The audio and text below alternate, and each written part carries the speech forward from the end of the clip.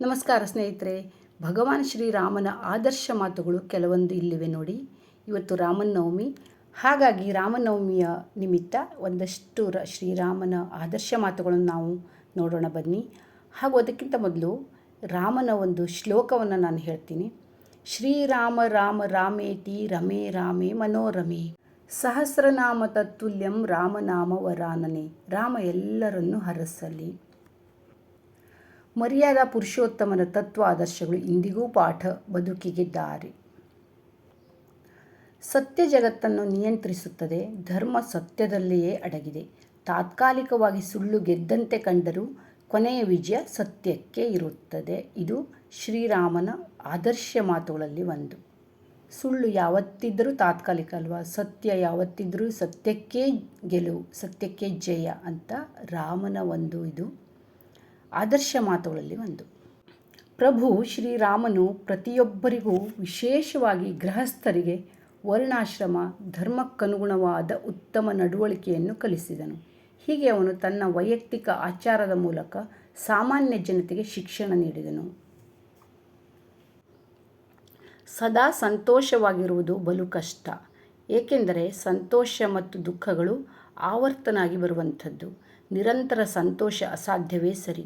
ಇದು ಶ್ರೀರಾಮ ಕೈಕೇಯಿಗೆ ಹೇಳಿದ ಮಾತು. ದುಃಖದ ದಿನಗಳು ಉರುಳಿ ಹೋಗುವವು. ಇಂದು ಯಾರು ನಿನ್ನನ್ನು ನೋಡಿ ನಗುವರೋ ಅವರೇ ನಾಳೆ ನೆಟ್ಟಗಣ್ಣಿನಿಂದ ನೋಡುತ್ತಿರುವರು. ಕೆಲವೊಂದು ಆಸೆಗಳನ್ನು ತ್ಯಾಗ ಮಾಡು, ಹೊಸದೊಂದನ್ನು ಪಡೆಯಲು. ರಾಮನು ಕೂಡ ಬಹಳಷ್ಟು ಕಳೆದುಕೊಂಡ. ಕಂಡದ್ದನ್ನು ಬಯಸುವುದೇ ಕಾಮ, ಬಯಸಿದ್ದು ಸಿಗದಾಗ ಉಂಟಾಗುವುದೇ ಕ್ರೋಧ. ದೊರೆತರೂ ಇನ್ನಷ್ಟು ಬೇಕೆಂಬುದೇ ಲೋಭ, ಇನ್ನಷ್ಟು ದೊರೆತಾಗ ಕೈಬಿಟ್ಟು ಹೋಗಬಾರದೆಂಬುದೇ ಮೋಹ.